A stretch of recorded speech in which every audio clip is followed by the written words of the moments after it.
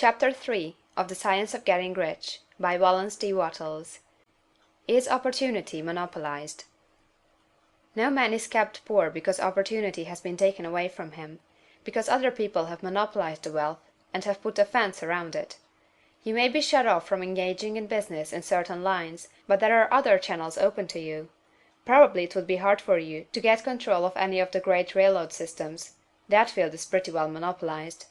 But the electric railway business is still in its infancy, and offers plenty of scope for enterprise, and it will be but a few years until traffic and transportation through the air will become a great industry, and in all its branches will give employment to hundreds of thousands and perhaps to millions of people. Why not turn your attention to the development of aerial transportation, instead of competing with J. Hill and others for a chance in the steam railway world? It is quite true that if you are a workman in the employ of the Steel Trust, you have very little chance of becoming the owner of the plant in which you work.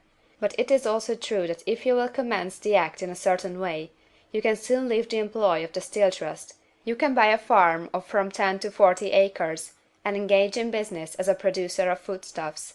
There is great opportunity at this time for men who will live upon small tracts of land and cultivate the same intensively. Such men will certainly get rich. You may say that it is impossible for you to get the land, but I am going to prove to you that it is not impossible, and that you can certainly get a farm if you will go to work in a certain way.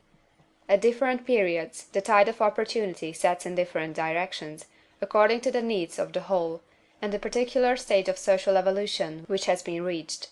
At present, in America, it is setting toward agriculture and the allied industries and professions. Today, opportunity is open before the factory worker in his line. It is open before the business man who supplies the farmer more than before the one who supplies the factory worker, and before the professional man who waits upon the farmer more than before the one who serves the working class. There is abundance of opportunity for the man who will go with the tide, instead of trying to swim against it. So the factory workers, either as individuals or as a class, are not deprived of opportunity. The workers are not being kept down by their masters. They are not being ground by the trusts and combinations of capital. As a class, they are where they are because they do not do things in a certain way. If the workers of America chose to do so, they could follow the example of their brothers in Belgium and other countries, and establish great department stores and cooperative industries. They could elect men of their own class to office, and pass laws favoring the development of such cooperative industries, and in a few years they could take peaceable possession of the industrial field. The working class may become the master class whenever they will begin to do things in a certain way. The law of wealth is the same for them as it is for all others. This they must learn, and they will remain where they are as long as they continue to do as they do. The individual worker, however, is not held down by the ignorance or the mental slothfulness of his class. He can follow the tide of opportunity to riches, and this book will tell them how. No one is kept in poverty by a shortness in the supply of riches. There is more than enough for all. A palace as large as the Capitol at Washington might be built for every family on earth from the building material in the United States alone, and under intensive cultivation this country would produce wool, cotton, linen, and silk enough to clothe each person in the world finer than Solomon was arrayed in all his glory, together with food enough to feed them all luxuriously. The visible supply is practically inexhaustible, and the invisible supply really is inexhaustible. Everything you see on earth is made from one original substance, out of which all things proceed. New forms are constantly being made, and older ones are dissolving, but all are shapes assumed by one thing.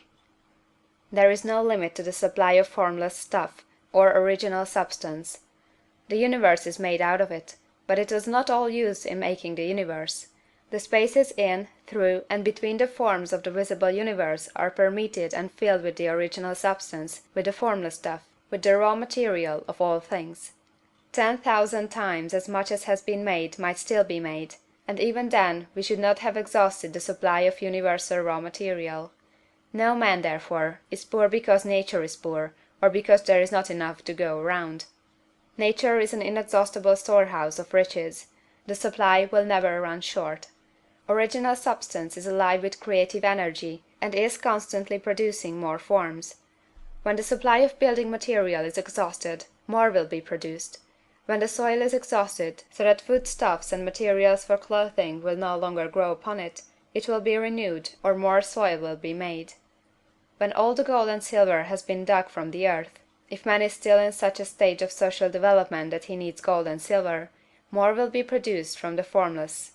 The formless stuff responds to the needs of man, it will not let him be without any good thing. This is true of man collectively. The race as a whole is always abundantly rich, and if individuals are poor, it is because they do not follow the certain way of doing things which makes the individual man rich. The formless stuff is intelligent. It is stuff which thinks.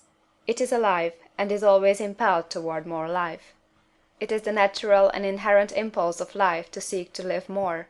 It is the nature of intelligence to enlarge itself, and of consciousness to seek to extend its boundaries and find fuller expression.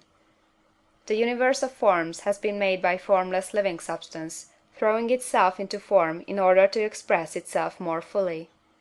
The universe is a great living presence, always moving inherently toward more life and fuller functioning. Nature is formed for the advancement of life. Its impelling motive is the increase of life.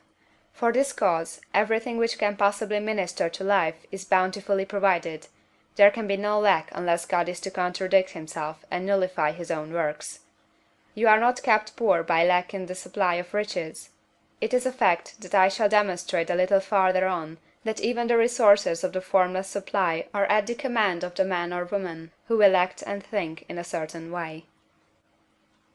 Chapter 3.